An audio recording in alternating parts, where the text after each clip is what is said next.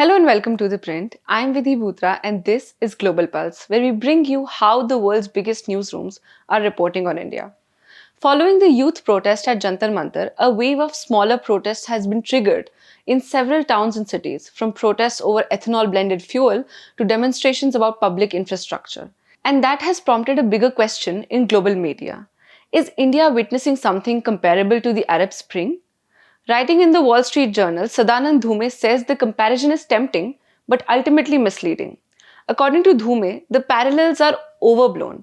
He writes, unlike Egypt or Nepal, India is an established democracy with a long tradition of power changing hands through the ballot box.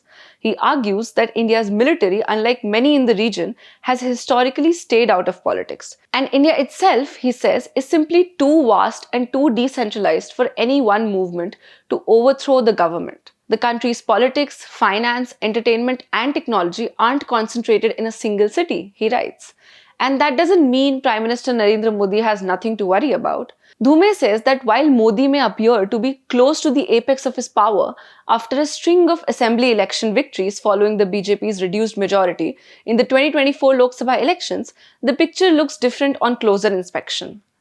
He writes, on closer inspection, however, Mr. Modi's vulnerabilities become apparent. Dhume argues that Modi came to power 12 years ago promising to tackle corruption and unemployment. 12 years ago, he won power by promoting himself as a reformist who would end public corruption and solve India's unemployment problem. He hasn't come close to achieving either of those goals, he writes.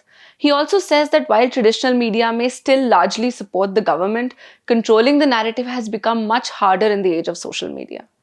And there are economic pressures too. Citing a study by professors at Azim Premji University, Dhume says 40% of Indian graduates under the age of 25 are unemployed. He also points to challenges beyond India's borders. AI threatens to flatten India's IT industry, one of the few reliable creators of middle-class jobs. The war in Iran drags on India's energy import-dependent economy, he writes. Meanwhile, the BBC turns its attention to another question that has dominated headlines since the NEET paper leak.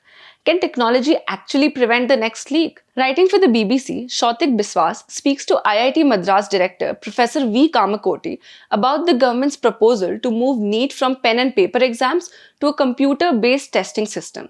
The proposal comes after Prime Minister Modi announced an NTA reform task force headed by Infosys co-founder Nandan Nilekani to strengthen the examination system through technology.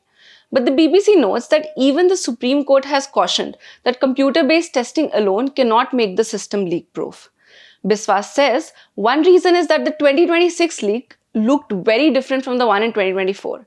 He writes, the leaks occurred at opposite ends of the exam process. In 2024, the paper was allegedly leaked after printing, when sealed trunks were opened during transit to exam centers.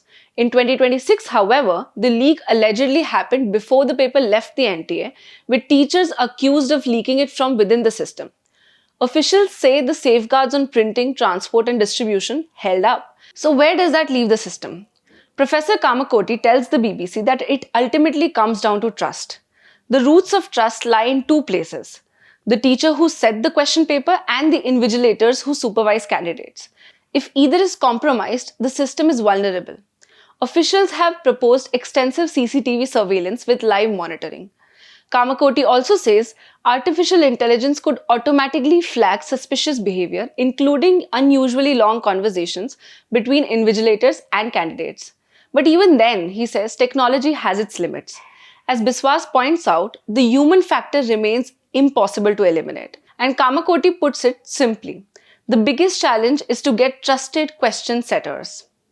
And finally, to business. Writing in the Financial Times, Chris K reports that Gautam Adani is considering what could become his first major investment in the United Kingdom.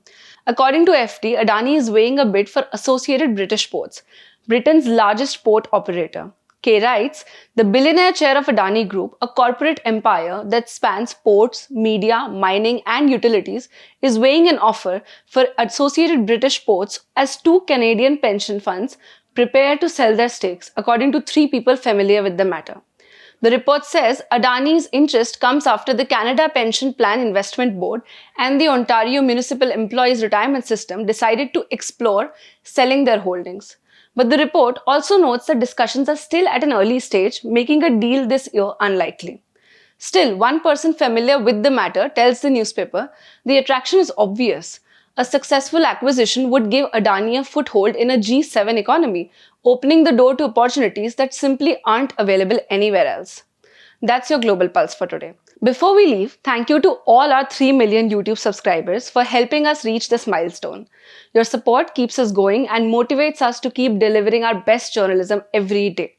If you haven't subscribed yet, join the print community by hitting the subscribe button. We'll see you in the next video. Thanks for watching.